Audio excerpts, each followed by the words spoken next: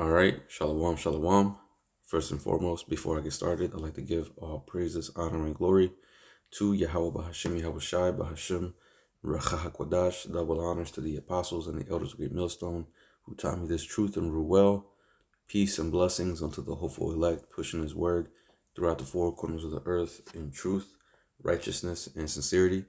To you I say shalom. This is the brother Yeshaya from the Great Millstone Charlotte Camp, coming at you again through the spirit and power of Yahweh Bahashim Yahweh Shai. With another lesson. This one's going to be entitled Pestilence is Coming. All right. Because you got this term that's been thrown around. It was thrown around before too, but now we're starting to see it come back. But it's the term of disease X. And as a matter of fact, let me look it up. Disease X. So it says Disease X is a placeholder term adopted by the World Health Organization, or the WHO, in 2018 to represent a hypothetical unknown pathogen that could cause a serious international epidemic or pandemic. It is not a specific, currently circulating disease, but rather a tool used for global pandemic preparedness to ensure that research, diagnostics, and vaccines can be developed rapidly for future unforeseen threats. So disease X is just a placeholder name for any, like I said, any disease that could become a threat, that could become a epidemic, just as the C19 was, right?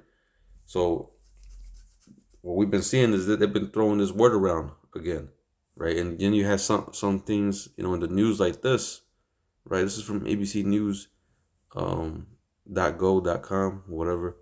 But it says 1,000 samples sent for testing after possible biological lab found inside Las Vegas home, right? Now I have a video I want to play on this, but I want to read a little bit into this, and then we'll play the video. But it says local and federal investigators in Las Vegas are actively working to determine what substances were found inside a home described as a possible biological lab, with over 1,000 samples sent for testing, authorities said. Officials searched the scene on Saturday morning, with investigators saying they are currently uncertain exactly what was found. According to sources, the investigation began as a code violation call when authorities began to suspect that illegal medical type biological research materials might be stored at the property. The Joint Terrorism Task Force took over the investigation. Right, so you have this task force, right? The Joint Terrorism Task Force, because, like I said, you have a lot of sleeper cells here in America, right?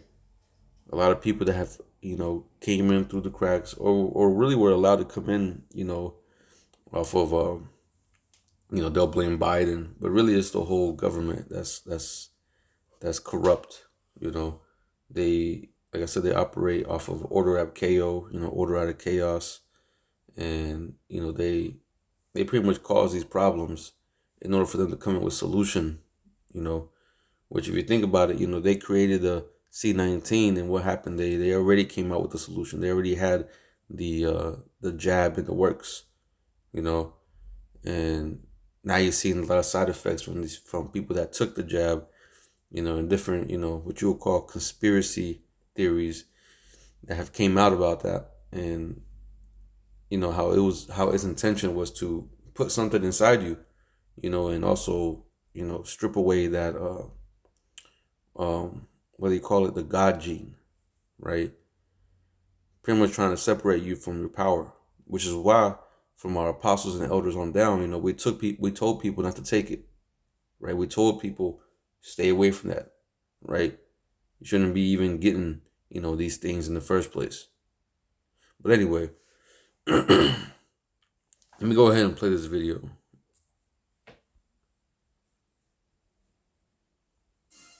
Good evening. There is still so much to uncover in the investigation of a biological lab found in a Las Vegas home over the weekend. We are now learning more about how the lab was found and how the people involved are connected.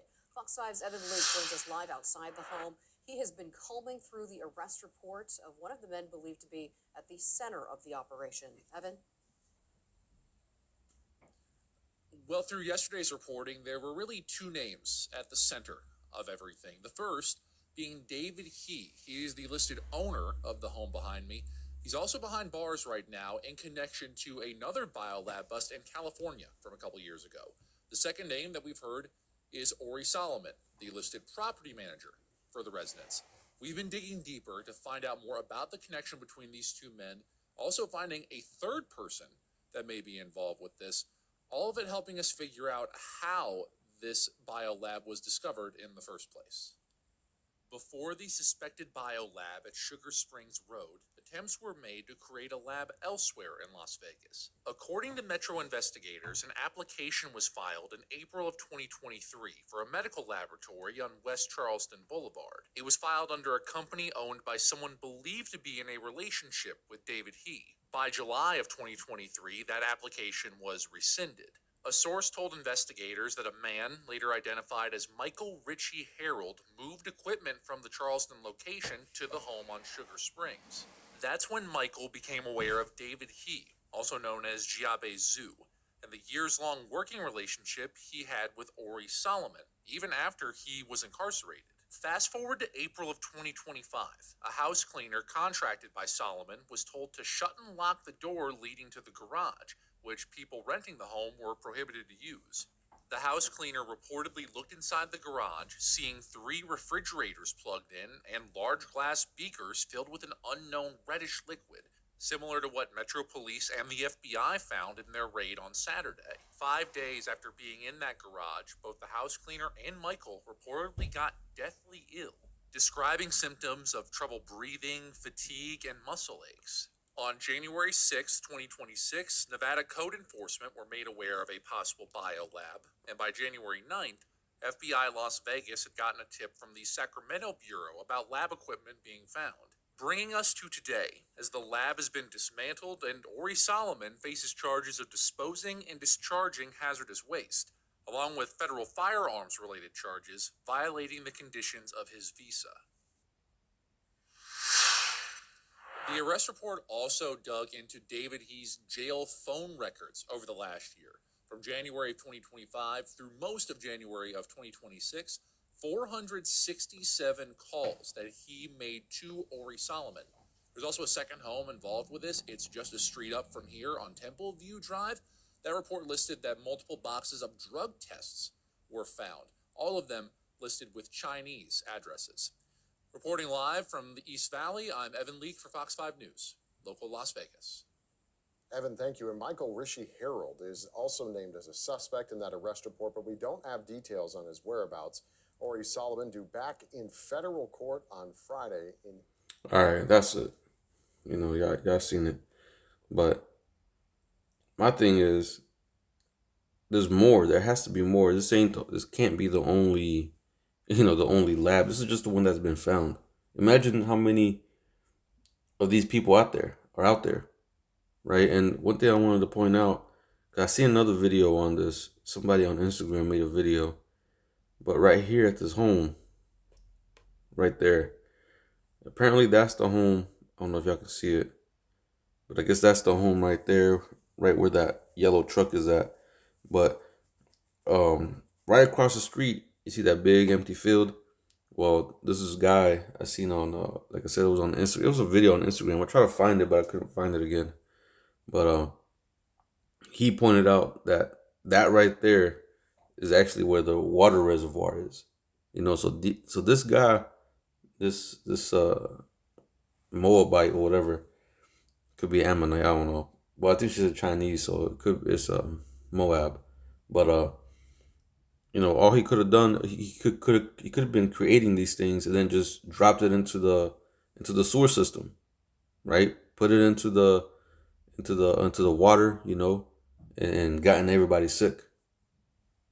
So what's to say there ain't other people out there like this, right? I mean, but like I said, this is all, these are all signs showing that we're at the end, man. We're at the end of this place. We're at the end of this thing. You have people doing all kinds of crazy shit. You know what I'm saying? And like I said, this is just one of them. I mean, once these people start getting activated, talking about these sleeper cells, these domestic T's, you know, whatever the proper name for them is. We're gonna start seeing, all hell really start to break loose. From the electrical system, from the water system, shit getting tampered. You know, from riots. Agent provocateurs, right? This you had the WEF. I think it was like a couple years ago. Talk about polycrisis, right? So let me get that word real quick for polycrisis. It says a polycrisis is the simultaneous occurrence of multiple interconnected and interacting crises or crises, such as climate change, economic instability, health emergencies, and geopolitical conflicts, where the combined systemic impact is greater than the sum of its parts. Popularized by historian Adam Tooze, it describes a complex, overwhelming, and chaotic global environment where crises amplify one another. Right, and that's what we're about to see. A simultaneous occurrence of crises, multiple crises. Right, you're gonna start seeing, the water being tampered with. You're gonna start, which the water's been tampered with. But imagine, you can't drink water because it's polluted. It's some disease in it. Some guy dropped some crazy disease in there where people are starting to die off from it, and now you can't drink the city water. Now you got to go to bottled water. Which is going to create a crisis. It's going to create a famine of water. It's all interconnected, right? And then the power grid goes out, and man, the time that we're coming into, that we call Jacob's trouble, or the scriptures call Jacob's trouble, which is really just a time of great tribulation. It really is going to be a time like no other, man.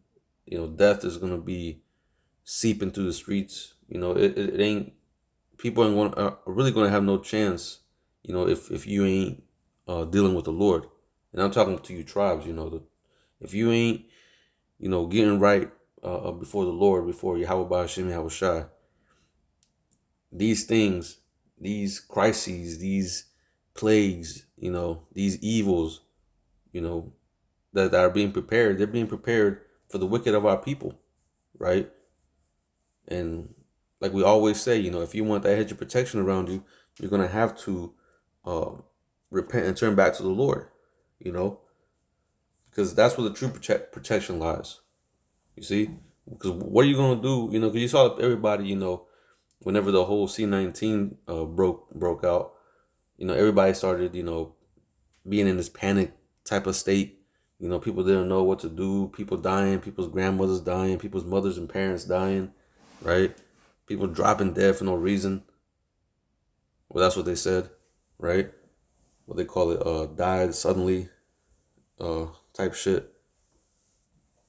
But then people ran to go get the venom. You see? So imagine in this time whenever we start seeing all hell just break loose. You see? But let me get this other article. But it says, this is from usnews.com. It says 5 infectious diseases to watch in 2026. Now it gives you a list, but I want to read just the last one, disease X right here. So it says, disease X, and we read this, in the earlier, but I'm gonna read it again. Well, at least we read, the definition of disease X, but I want to read this too. It says disease X is not a virus that is circulating. It is a placeholder name for a hypothetical disease that could spread and cause epidemic or a pandemic. It says the goal of such a placeholder name is to encourage public health officials and scientists to think what will cause the next outbreak. We're preparing for the future, and Maria Henoa Restrepo of the World Health Organization said in a 2024 podcast. Scientists call it disease X to prepare for the hypothetical virus or bacteria that in the future can cause large outbreaks or epidemics or pandemics. But yet they have these labs that create these different things. They have labs. I mean, it's been revealed. People, these I forgot what they're called. I forgot what they're called, but pretty much they mess with they mess with um, these different diseases and testing them and enhancing them and weaponizing them. Right? I can't remember what it's called. It's the gains of research or some shit like that. It's on the tip of my tongue. I can't remember it. But anyway, let me see. Let me read this. It says, but steps taken by the Trump administration, including scaling back public health data and defunding mRNA V's research, have public health experts concerned the U.S. would not be ready for another demic. They emphasize that preparing for the next one is of the utmost importance because other demics isn't a question of if, it's a question of when.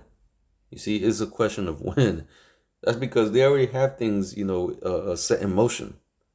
They have plans, they have ideas of what to do. The fall of America, of course, is the Most High's plan, but the Most High is using Esau to bring forward the downfall of America. Right now, I want to get this precept real quick. This is Deuteronomy 28 and verse 60. It says, "Moreover, he will bring upon thee all the diseases." So this is going into the curses, right? But as we understand, pursuant to Ecclesiastes, the 40th chapter and around the 8th verse or the 9th verse, it talks about how, all these evils were created for the wicked, and for their sakes came the flood, right? Talking about, all these evils, man, that's about to come on the earth. The death, all this violence, the sword, these pestilences, famine, different plagues, hey, people are going to be getting hit. And that's all because, like I said, these things are being prepared to destroy, first of all, 2/3 of our people, but also, these heathen. You see? But it says, Deuteronomy 28 and verse 60, "Moreover, he will bring upon thee all the diseases of Egypt, which thou was afraid of, and they shall cleave unto thee. Also every sickness and every plague, which is not written in the book of this law, them will the Lord Yahweh bring upon thee until thou be destroyed." Right? So even new diseases. The Most High can cause a new disease to come up and have everybody jacked up. People probably bleeding from the mouth, vomiting, right? You have that that Ebola strand, that causes bleeding from everywhere, every orifice, right? You had the what do you call it, the Marburg virus, right? And supposedly, super deadly as well. But like I said, the Most I can just, have these crackers, just come up with something crazy and release it onto the public. Right? But the point is that polycrisis is coming. We're coming to a time where Jacob's trouble is about to really start amplifying. You see? And Jake is going to be the one that's going to be hit the worst. It showed you in that movie James Bond how they can create different diseases that can target a certain demographic of people. Right? So nothing that is out of reach right now, man. Now let me get another one. Let's get Ezekiel. And I ain't gonna make this too long. I'm just gonna get these precepts and I'm gonna close it out. But this is Ezekiel 7 and verse 15. It says, "The sword is without, and the pestilence and the famine within. He that is in the field shall die with the sword, and he that is in the city, famine and pestilence shall devour him." You see? And this is the time that we're coming into, man. Like I said, polycrisis. Right? The scriptures talk about how the time of how these days or the time of Jacob's trouble will be, as someone that met a bear, right? Let me see if I can find that. I can't remember exactly how it goes. Let me see. Let me see if it pops up. Yep, right here. Amos 5 And we'll start at 18. It says, woe unto you that desire the day of the Lord. To what end is it for you? The day of the Lord is darkness and not light, right? Because our people ain't prepared to receive the Lord. Our people ain't prepared to understand the return of the Lord and what it means, right? Everybody thinks that, Jesus, which his true name is Yahweh Shai, the world ignorantly calls him Jesus, but they believe that Jesus is going to come down, in peace, and here it is, he's going to wipe the tears from your eyes and, what I'm saying, start giving out hugs and kisses and shit. No, man. That's going to be in the kingdom. In the kingdom, the Most High is going to, peace is going to be, instituted. There's going to be no hell. We ain't going to be, in these conditions, in this oppressive condition that we are now. But our Lord's return, our Lord Yahweh Shai, he's going to bring death. He's going to bring destruction, right? But we also understand he's bringing salvation, to his elect, those that believe and trust in him, right? But it says, Amos 5:18, woe unto you that desire the day of the Lord. To what end is it for you? The day of the Lord the day of the Lord is darkness and not light, right? It's gonna be dark, man. A dark, dark time, right? Let me look up that saying or that phrase, dark time, dark times. So it says dark times refer to periods of intense hardship, emotional suffering, or widespread adversity, often marked by loss and challenges. You see, and that's the times that we're coming into, man, where people are going to be in great distress. People are going to be, struggling. The scriptures say how, there shall be a portion of our people that, that go through the straight, but will not see the wide. As a matter of fact, let me see if I can find that. That's in the Apocrypha. 2nd Ezra 7. Let me see. 2nd Ezra 7. I believe it's around 21. Let me see.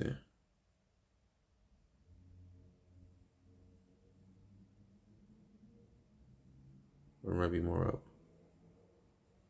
Yeah, right here. 2nd Ezra 7 and verse 18. It says, nevertheless, the righteous shall suffer straight things. With straight means a position of difficulty, right? So the righteous shall suffer straight things. So we're going to go through the straight. We're going to go through that hard path as well, right? But it says, and hope for wide, right? So our hope is for the wide. Our hope is to, receive the kingdom of heaven. But it says, for they that have done wickedly have suffered the straight things, and yet shall not see the wide. You see, so we know why we're suffering. We know why this time is coming, and we fully embrace it. But 2/3 of our people, they're going to suffer the straight things, and they're not even going to see it coming. They're not going to know the reason why these things is happening, right? Their hope isn't set on the kingdom of heaven. All right.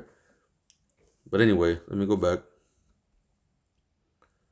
So this is Amos 5:19. It says, as if a man, so it's talking about these times that we're coming into, these dark times that we're approaching. But it says Amos 5:19, as if a man did flee from a lion and the bear met him, or went into the house and leaned his hand on the wall and the serpent bit him. You see? So that's the times that we're coming into, man, where you're going to, people are going to be fleeing. They might escape the sword, but then, they might come face to face, with some apparition. They might escape the apparition and then get eaten by some wild creature, some newly created beast out there. I'm telling you, the things that we're about to see here in these last days, man, this is going to be some far out shit, man. Now, let me see. Let me go back. Did I read this? Let me read this again. Ezekiel 7:15. It says, the sword is without, and the pestilence and the famine within.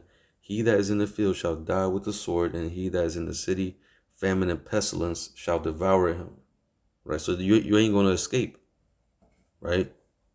Jake feels like, he got plot armor, but really the only people that got plot armor are the elect, right? And we don't know who the elect are. We're gonna find out, in the end, right? But it says, verse 16, but they that escape of them shall escape, and shall be on the mountains like doves in the valleys, all of them mourning, every one for his iniquity. All hands shall be feeble, and all knees shall be weak as water. So you're gonna be through, right? If you ain't suffered in the spirit of Yahweh Ba'Shem Yahushua, you're through.